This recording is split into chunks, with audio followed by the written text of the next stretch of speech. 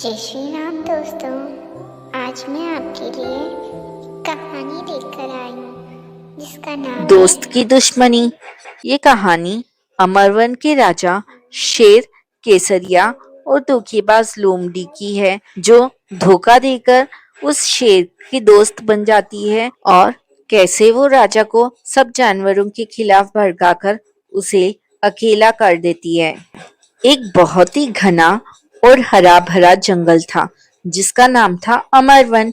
इस जंगल में सभी जानवर मिलजुल कर रहते हैं, लेकिन जंगल का राजा शेर केसरिया हमेशा अकेला रहता था। उसकी शक्ति के कारण कोई भी जानवर उसके पास आने से डरता था। वो बहुत शक्तिशाली था, लेकिन उसका दिल बहुत उदास था। वो चाहता था कि उसका भी कोई सच्चा दोस्त हो जिसके साथ वो दिल की बात कर सके।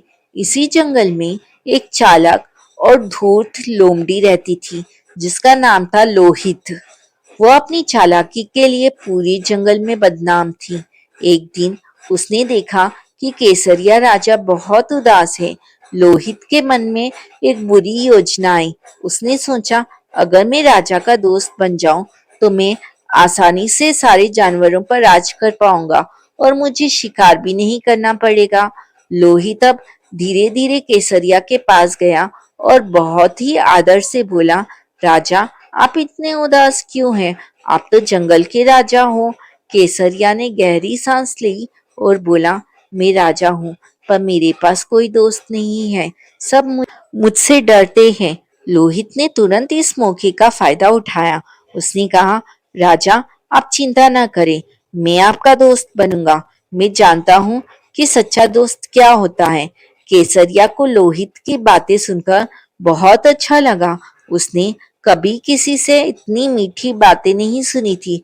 जल्द ही वे दोनों बहुत अच्छे दोस्त बन गए। लोहित अपनी चालाकी से केसरिया को कहानियां सुनाता और उसे हंसाता था। वो रोजाना राजा के लिए स्वादिष्ट शिकार लेकर आता था और खुद भी खाता था। धीरे धीरे केसरिया लोहित पर इतना भरोसा करने लगा कि वह अपनी सारी बातें उससे साझा करने लगा। लोहित की चालाकी बढ़ती जा रही थी। अब वो राजा को बाकी जानवरों के खिलाफ भड़काने लगा। वो कहता, राजा, वो हाथी तुम्हारी आज्ञा नहीं मानता, वो हिरन तुम्हारी हंसी उड़ा रहा था। केसरिया लोहित की बातों पर भरोसा करने लगा और कई जानवरों को परेशान करने लगा। जंगल के बाकी जानवर बहुत परेशान हो गए थे। वे जानते थे कि लोहित की चालाकी के कारण राजा बदल गया है। हाथी राजा गजराज ने हिम्मत करके राजा से बात करने का फैसला किया। वो केसरिया के पास गया और बोला, महाराज, आप क्यों हम पर इतना क्रोध कर रहे हैं? लोमड़ी आपको हमारे खिलाफ भड़का रही है। केसरिया को बहुत गुस्सा आया। उसने सोचा कि गजराज उसकी और लोहित की दोस्ती पर शक कर रहा है। उसने गजराज को गुस्से से वहां से भगा दिया। लोहित की चालाकी अब और बढ़ती गई। एक दिन उसने राजा से कहा, राजा, हमें भोजन की कमी हो रही है।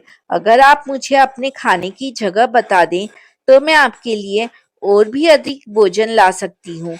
केसरिया ने बिना सोचे समझे उसे एक गुप्त गुफा का रास्ता बता दिया जहां उसने अपना सारा शिकार छिपा रखा था।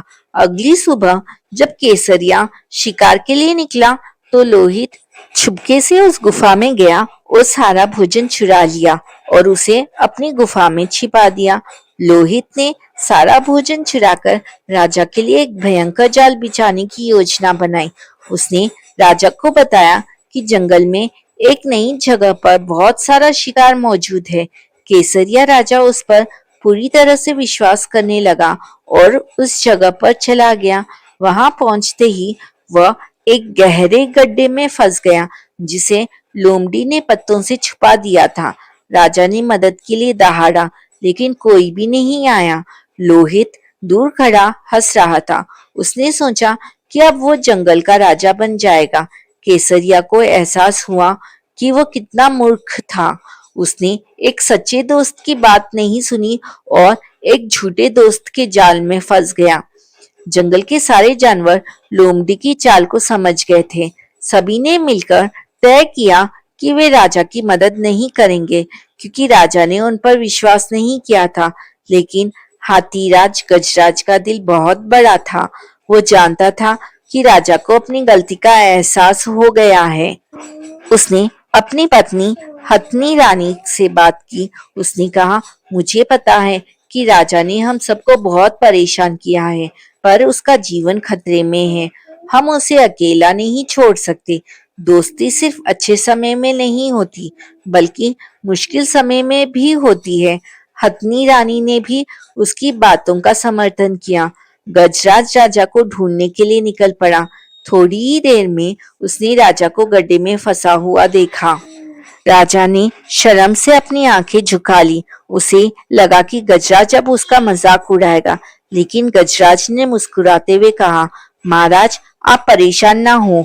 गजराज ने अपनी सूंड से एक मजबूत पेड़ की डाल को तोड़ा और उसे राजा की ओर बढ़ा दिया। राजा ने उस डाल को पकड़ लिया और गजराज ने धीरे धीरे उसे ऊपर खींच लिया। केसरिया राजा ने गजराज को धन्यवाद किया और उससे माफी मांगी। उस दिन उसे एहसास हुआ कि सच्ची दोस्ती ताकत में नहीं, बल्कि ईमानदारी, माफी और वफादारी में होती है। दोस्तों, ये कहानी से हमें यह सीख मिलती है कि दोस्ती हमेशा ईमानदारी और विश्वास से होनी चाहिए। सच्ची दोस्ती दिखावे या स्वार्थ पर आधारित नहीं होती, बल्कि निस्वार्थ प्रेम, माफी और एक दूसरे की मदद करने पर आधारित होती है। हमें उन लोगों पर भरोसा करना चाहिए जो हमारे हित में सोचते हैं, ना कि उन पर जो सिर्फ अपने फायदे के लिए हमारा साथ देते हैं। इस कहानी से हमें यह सीख भी मिलती है कि माफ करना एक बहुत बड़ा गुण होता है। जय श्री कृष्ण राधे राधे।